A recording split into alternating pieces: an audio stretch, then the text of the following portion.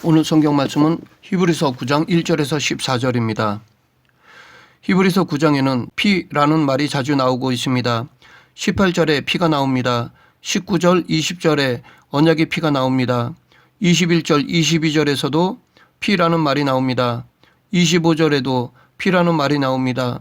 그러하기에 혹자는 이 히브리서 9장을 붉은 피가 흐르는 장이라고 말하기도 합니다. 이렇게 보면 성경은 보혈의 책이라 할 수 있습니다.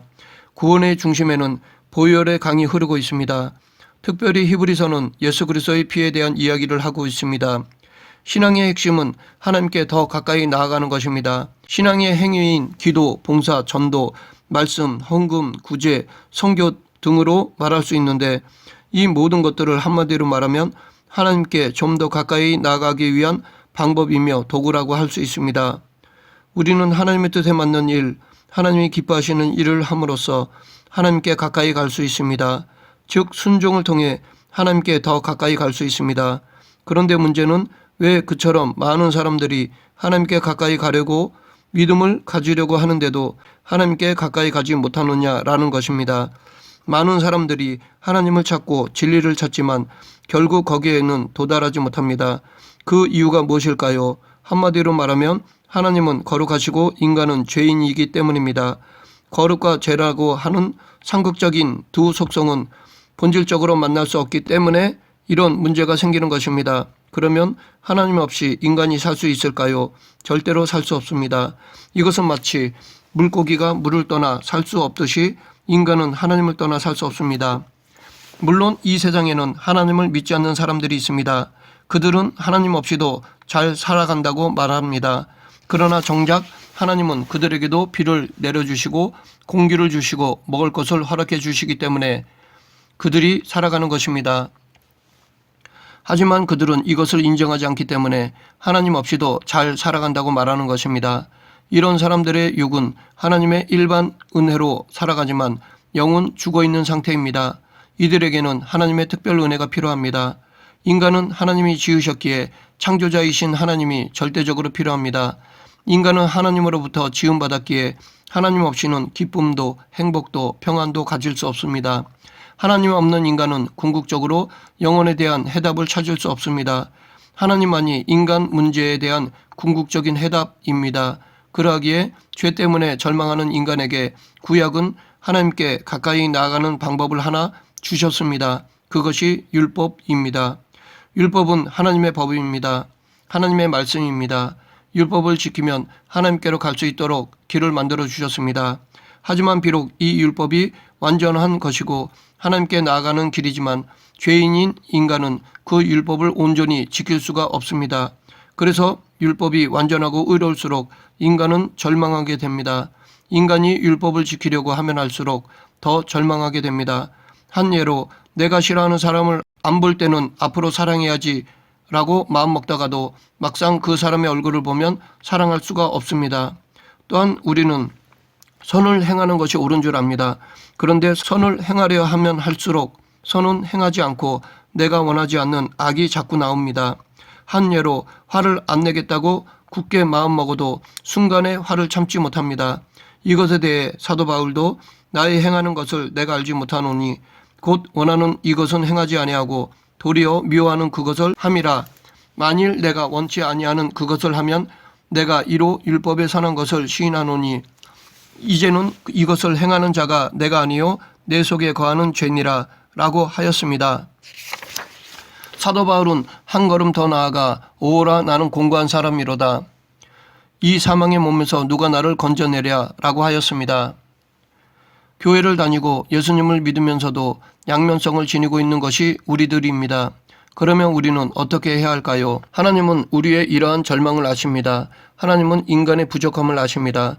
그래서 또 하나의 제도적인 장치를 마련해 주셨습니다. 율법으로서 하나님과의 관계를 지키지 못하는 사람을 위해 주신 것이 바로 성막입니다. 구약의 성막 안에 들어가면 성령의 역사와 예수 그리스도를 찾을 수 있습니다. 성막 속에서 율법을 지키지 못했던 죄를 용서받고 구원받고 치료받는 것을 경험합니다. 오늘 본문 1절 첫 언약에도 섬기는 예법과 세상에 속한 성소가 있더라. 여기에 보면 비록 불완전하지만 이 세상에서 하나님을 만날 수 있는 장소와 하나님을 섬길 수 있는 방법을 주셔서 하나님과의 언약 관계를 지속시켜 왔음을 알 수 있습니다. 그 내용은 1절부터 7절에 요약해서 기록되어 있습니다. 성막제도의 중심 사상은 예수 그리스도의 피입니다. 언약의 피입니다. 9장만 해도 피라는 말이 13번 이상 나오고 있습니다. 성경의 이야기는 피로 물들어 있다고 해도 과언이 아닙니다. 아벨의 피에서부터 예수 그리스도의 피에 이르기까지 계속해서 보혈의 강이 흐르고 있습니다. 사탄과 죄의 문제는 어떤 것으로도 해결될 수 없습니다. 그러나 예수 그리스도의 보혈이 강같이 흐름으로 말미암아 인간의 죄의 문제가 해결되었습니다. 이것에 대해 성경은 피 흘림 없이는 죄사함이 없느니라 라고 말하고 있습니다. 예수님이 십자가에서 피 흘려 돌아가심으로 말미암아 죽음이 생명으로 바뀌었습니다. 그 예수님의 피가 우리를 사망에서 생명으로 옮겨주신 것입니다. 첫 언약의 성막은 죄인인 인간이 하나님께 나아갈 수 있는 방법을 제시하고 있습니다. 그러면 어떻게 율법을 범한 인간이 성막에서 용서와 은혜를 받을 수 있었을까요? 성막의 구조를 보면 알 수 있습니다. 오늘 본문 2절부터 성막의 구조에 대해 설명하고 있습니다.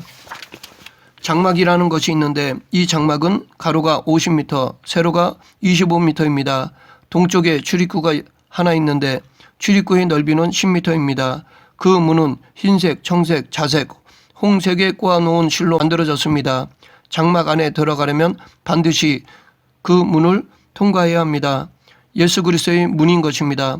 예수님께서 요한복음 10장에서 나는 양의 문이라 나를 통하지 않고 들어온 자는 다 도적이요 강도라 라고 하셨듯이 예수 그리스도를 통해서만이 이 은혜의 보좌 앞에 나아갈 수 있습니다. 문을 통과해서 들어가면 뜰이 나옵니다.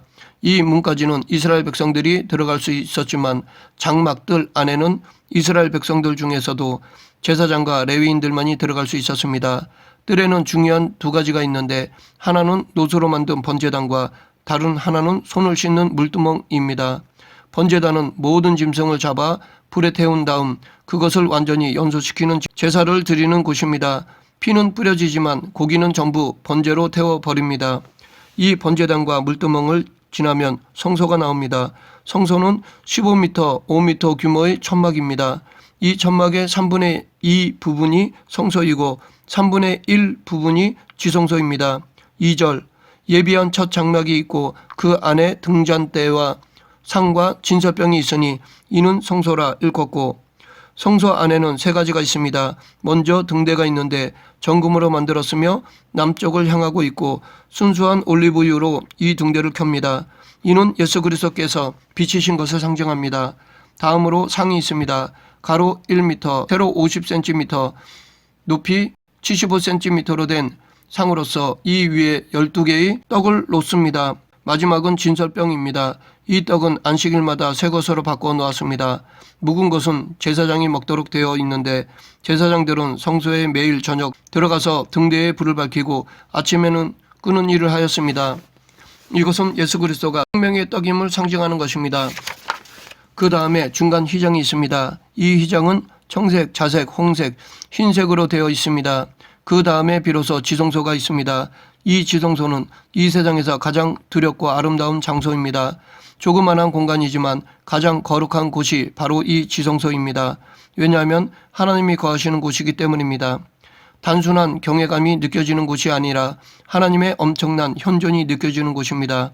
이 지성소에는 1년에 한 번 대속죄일에 대제사장이 들어가게 되어 있습니다. 오늘 본문 3절 4절 또 둘째 휘장 뒤에 있는 장막을 지성소라 일컫나니 금 향로와 사면을 금으로 싼 언약궤가 있고 그 안에 만나를 담은 금 항아리와 아론의 쌍난 지팡이와 언약의 돌판들이 있고 지성소에 있는 것은 크게 두 가지입니다. 금향로와 언약궤입니다. 금향로는 예수 그리스도의 중보 기도를 상징합니다. 향로의 기도의 향이 하나님께 올라가는 것입니다. 언약궤는 말씀을 상징합니다. 이렇게 하나님이 임재하는 곳, 인간과 하나님이 만나는 곳에는 기도와 말씀이 있습니다. 언약궤 안에는 세 가지가 담겨 있습니다. 첫째, 만나를 담은 금 항아리입니다. 이것은 하나님이 주신 생명의 양식을 상징합니다. 둘째, 아론의 쌍난 지팡이가 있습니다. 이것은 제사를 의미하며 부활을 의미합니다. 5절에 보면 그 위에 속죄소를 덮는 영광의 그룹들이 있다고 말하고 있는데 이것이 언약궤의 중심을 이루는 것입니다. 언약궤를 덮는 뚜껑을 속죄소라고 말하는데 여기에 피를 뿌림으로 인간의 죄들이 속죄되는 것입니다. 그리고 속죄소 위에는 천사들의 모양을 한 그룹이 있습니다. 성경은 여기까지 설명하고 속죄의 비밀, 제사의 비밀, 장막의 비밀, 이것은 너무나 크고 엄청나고 영원한 비밀이기 때문에 낱낱이 설명할 수 없다고 하였습니다. 그러면 왜 성소에는 제사장이 매일 들어가지만 지성소에는 대제사장만이 1년에 한 번 들어가는 것일까요? 이것에 대해서는 레위기 16장에 기록되어 있습니다. 하나님과 인간은 언약을 맺었습니다. 그러나 인간은 죄인이기 때문에 이 언약을 깰 수밖에 없었습니다. 죄로 인해 깨진 언약은 하나님과의 관계가 깨져버린 것을 의미합니다. 하나님은 이 관계를 다시 회복하기 위해서 속죄제를 만들어 주셨던 것입니다. 이것이 속죄의 원리입니다.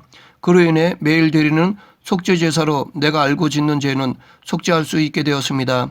그런데 문제는 모르고 짓는 죄였습니다. 하나님은 어떤 죄든 용납하지 않으십니다. 그래서 1년에 한 번 알고 짓는 죄, 모르고 짓는 죄를 위해서 대제사장이 지성소에 들어가 하나님 앞에 제사를 드리게 되었습니다.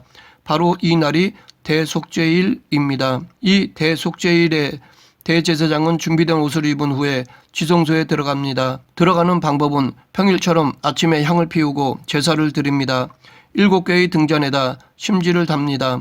그 다음에 화려한 옷을 입습니다. 그리고 수송하지 않아 새끼 양 7, 수양 하나를 번제로 드립니다.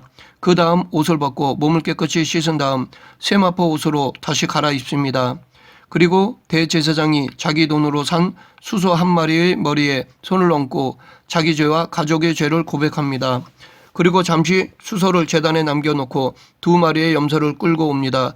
항아리 안에 있는 제비를 뽑아 하나는 여호와를 위한 양으로 다른 하나는 아사셀을 위한 양으로 구분하여 여호와를 위한 양은 죽여 그 피를 가지고 지성소에 들어갑니다. 지성소에서 나와 아사셀의 양의 머리에 손을 얹고 안수함으로 이스라엘 백성들의 모든 죄를 전가합니다. 그리고 나서 그 양을 광야로 보냅니다. 광야로 내몰린 아사셀의 양은 다른 짐승으로 말미암아 죽게 되어 있습니다. 그렇게 하고 난 다음 한쪽 짐승은 잡아서 먹게 합니다. 이때 레위기 16장과 23장, 민수기 27장을 낭독합니다. 그리고 제사장이 백성들을 위해 중보기도를 합니다. 제사장은 돌아와서 몸을 씻고 다시 번제를 드려 속죄하고 속죄제 희생의 기름을 단의 불사름으로 대속죄일의 일과를 마쳤습니다. 그리고 나면 하나님이 이스라엘 백성들이 그 해 지은 모든 죄를 용서해 주셨다는 것을 믿고 기뻐하는 축제가 벌어집니다. 구약의 성막 제사는 매년 드려야 하는 제사였고 대제사장이 꼭 드려야 하는 제사였습니다. 그러하기에 성소를 떠나면 제사를 드릴 수 없기에 이스라엘 백성들은 언제나 성막 중심으로 살아야 했습니다. 히브리서 기자가 이렇게 자세히 기록한 이유는 우리가 받은 구원의 의미를 분명하게 가르쳐 주기 위해서입니다. 우리가 받은 구원은 어떠한 것인지, 우리의 죄의 속죄가 어떤 것인지를 돌아보고 과거에 하나님께 속죄했던 사실을 다시 한번 상기하라는 의미에서 기록한 것입니다. 그러면 신약 때 예수 그리스도께서 드린 제사는 어떤 제사였을까요? 첫째, 오늘 본문 11절에서 말하고 있듯이 주님이 드렸던 제사는 이 지상에 속한 것이 아닙니다. 그것은 창조에 속한 것도 아니라 하늘에 속한 것입니다. 이것은 곧 완전한 제사의 완전한 속죄를 이루었음을 의미합니다. 우리의 구원은 눈에 보이는 성막에서의 구원이 아니라 하늘에 속한 성막에서 드린 참 제사입니다. 둘째, 오늘 본문 12절에서 말하고 있듯이 염소와 송아지의 피로 아니하고 오직 자기 피로 영원한 속죄를 이루셨습니다. 예수님은 염소나 송아지의 피로 우리를 구원하신 것이 아니라 당신의 피로 구원하신 것입니다. 그러하기에 우리의 구원은 값진 것입니다. 셋째, 이 속죄는 영원히 이루어진 것이며 단번에 이루어진 것입니다. 그러므로 주님이 베풀어 주신 속죄는 다시 드릴 필요가 없습니다. 우리는 단지 예수 그리스도를 믿기만 하면 됩니다. 구약의 제사는 염소와 송아지의 피를 부정한 자에게 뿌려서 속죄하는 것이지만 우리가 받은 속죄는 영원하신 성령으로 말미암아 흠없는 자기를 하나님께 드린 그리스도의 피로 속죄되었습니다. 말씀을 맺겠습니다. 우리의 속죄와 구원은 송아지와 염소의 피로 이루어진 것이 아닙니다. 예수님이 친히 당신의 피를 흘려 이루어 주셨습니다. 그로 인해 사탄으로부터 자유하게 하셨고 죄로부터 자유하게 하셨습니다. 그러므로 우리는 이 예수 그리스도의 대속에 감사하는 마음을 잊지 말아야 할 것입니다. 우리의 죄를 대속하신 예수님을 섬기고 따르는 저와 여러분이 되길 간절히 축원합니다. 기도하겠습니다. 한량없는 은혜와 사랑을 베풀어 주신 하나님 아버지, 독생자 예수 그리스도를 통해 우리의 죄를 씻어주시고 다시 당신의 자녀로 삼아주심을 감사합니다. 이 은혜를 위해 얼마나 큰 대가를 치르셨는지 늘 기억하며 살아가는 그리스도인이 되게 하여 주시옵소서. 예수님 이름으로 기도드립니다. 아멘.